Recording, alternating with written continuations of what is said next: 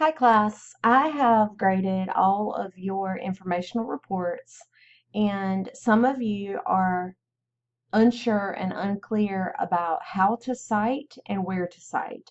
So I thought I would make an instructional video to basically clear things up before your cause and effect paper is due.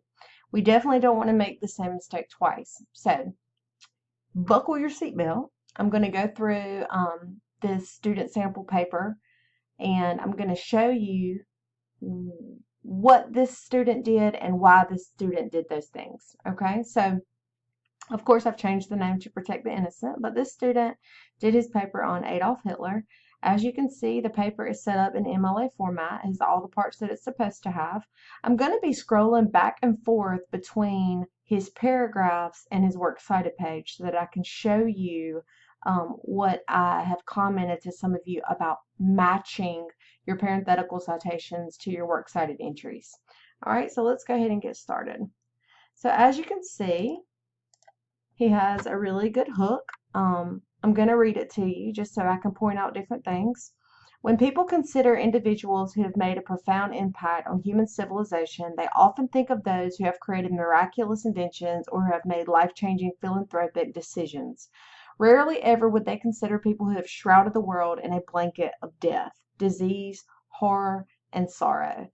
So, kind of dramatic, which I think fits this topic because we're talking about Adolf Hitler. Um, One thing I want to point out is this student did not use the word you. Okay, I've preached to a lot of you about how you want to avoid using you at all cost. When you use the word you in your writing, you're basically talking to the reader. And if you don't know who your reader is, I mean, of course, I am the reader because I am the instructor, but if you don't know who the reader is, then that means that you're making assumptions about the reader that may or may not be true. So you want to keep it really general. Instead of using the word you, instead of saying when you consider, you want to say when people, okay? They, okay? You could even say one or individual or any of those general words, but try to avoid you. All right, now let's look at the thesis here. Your thesis is the most important sentence of your entire paper. It basically gives the reader a little snapshot look into what you will be discussing. Adolf Hitler is perhaps the most notorious person for inflicting irreparable damage to millions of innocent individuals in his boundless quest for power. All right, so if you've been living under a rock and you don't know who Adolf Hitler is, there are some very key words here. Notorious, okay? Negative connotation, irreparable, inflict, damage, okay, boundless quest for power. So you know you're going to be hearing about this very evil individual throughout the rest of the paper. All right, let's move to the first body paragraph. Okay, a lot going on here. Born on April 20th, 1889 in Braunau, Austria, Adolf Hitler was ceaseless in the execution of his dreams and ideals. Okay, this is, as you can see, this is his topic sentence, okay? So a topic sentence is really important. Even though his has a date in it, it basically means that um, he was ceaseless in the execution of his dreams and ideals. So you're going to, in the rest of this paragraph, the reader is going to see how these dreams and ideals, even though they're really, really prejudiced and horrible, how they became reality for him. Okay, so we're starting, I think he put his in chronological order, so we're going to go ahead and start from the beginning. All right, here's where it starts. As the son of a customs official, Hitler was expected to follow in his father's shoes. He, however, had other ideas. All right, now, I want you to look. This is really important. This is not common knowledge. If you walk down the street and you ask somebody who Adolf Hitler was, most people are going to say he was a horrible person that killed a lot of innocent people. Okay? That is common knowledge. This, however, the fact that he was the son of a customs official and that he was expected to follow in his father's shoes, that's not common knowledge. So that's why this student has cited that piece of information. Okay, so as an instructor, as soon as I see that first citation, this is what I do when I grade your papers.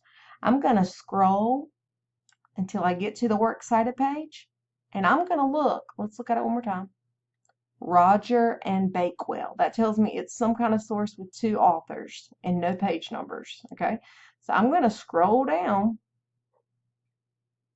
and looky there what I have. Roger, Liam, and Joan Bakewell. Okay, there should actually be a period right there. They are the authors of this source. Okay, the name of the source, it looks like something from Credo Reference. It's a reference article called Hitler, Adolf. This is where it came from. Here's the URL and here's the access date. This person is using MLA 8th edition, which is what all of you should be using. Okay, if you're using 7th edition, you are wrong. Okay, you're wrong, and it is wrong. It doesn't matter that it's MLA, it's the wrong edition. All of you have access to all this formatting on the PDF guideline that I posted. It's there waiting for you to use it. Okay? Do not depend on these citation machines and other web tools to help you cite this. Okay? They're not accurate all the time. You have what you need on the middle page.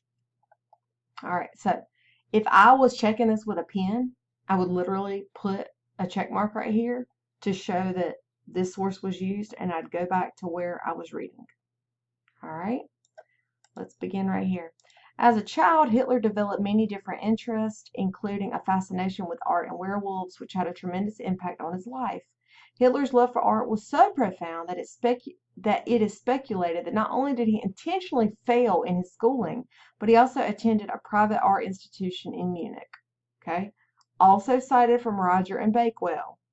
All right, so look at all these citations. After his education in Munich, Hitler journeyed to Vienna, where he failed to join the Vienna Academy and began working odd jobs to survive. Again, cited, not common knowledge. This time period in Hitler's life was also when he began to cultivate a prejudice against Jews, as he often partook in political quarrels against Jews. Another source is cited here, Bjorn. I'm going to scroll down to the B's. Remember, works cited is in alphabetical order. Scroll down to the B's, and there it is, Bjorn, Waitman W.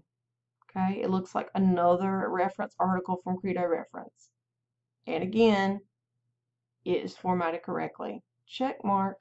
I'm going back to where I was reading. It is clear, and this is commentary, it is clear that despite his long-held passion for art, Adolf Hitler did not possess the skills necessary to become a renowned artist. Okay, so if I made any comments to you about commentary, this is what I'm talking about. This is where you connect the dots for the reader. It's like you're checking in with the reader and saying, you still with me? You following what I'm saying? You got it? Let's move on. Topic sentence, new paragraph. Not long after his failure in pursuing art, Hitler began his military career. Okay, so I know just from reading this very simple sentence that this entire paragraph is going to focus on military. All right, and as you can see, more citations, more citations. Let's come down here to this citation. Hitler was assigned to spy on various political groups, one of which he became a member of the National Socialist German Workers' Party. Okay? And then the citation, Cole. All right? So watch this. I'm going to scroll down to the works cited page. Boom! Cole, Nicholas J. All right? So check mark. Do you see how everything that this student has in citations matches up with the first word of one of his works cited entries? Everyone should look like that. Okay? I'm not going to put in citations propaganda. Okay? I'm not going to put in citations Hitler, Adolf. The first word, because there's an author, is Cole. So whatever that first word is going to be what I put in my parentheses for my citation. Look at this one. It doesn't have an author. It's in quotation marks, Hitler, Adolf, and then the years where he was born, and then quotation marks. That's the first thing you see on the works cited entry. So when this student cites this particular source, they're probably not going to cite the whole thing because it's sort of long, but you should see in quotation marks Hitler, Adolf, and it matches up. Okay. He probably actually did do the year on this one because he has another one that's just the same, and you need to be able to tell the difference between them. All right, I'm just going to go back to one more. Look at this. Here's another one. World War II in quotation marks. Let me go down. Going down to the W's. Looky there. A source, in quotation marks, World War II in Europe. If it's sort of long, you're going to take the first 1, 2, 3 words, and that's what the student did. But he kept his quotation marks. It's really important. I hope that this has helped you. I hope it has shed some light on maybe what you did wrong. There is no excuse for you to make these same mistakes in the cause and effect paper. I hope you don't. If you have any questions, a lot of you email me, and the email starts with, "I'm sorry to bother you." You're not bothering me. I am getting paid to teach you how to write across the disciplines. So you can send me as many emails as you want. It doesn't make me mad. It doesn't bother me. It's my job. So I'm happy to help any of you, but you got to ask questions. If you don't ask, I cannot help you at all. Okay, so good luck. Keep the emails coming. If you have any questions, hit me up.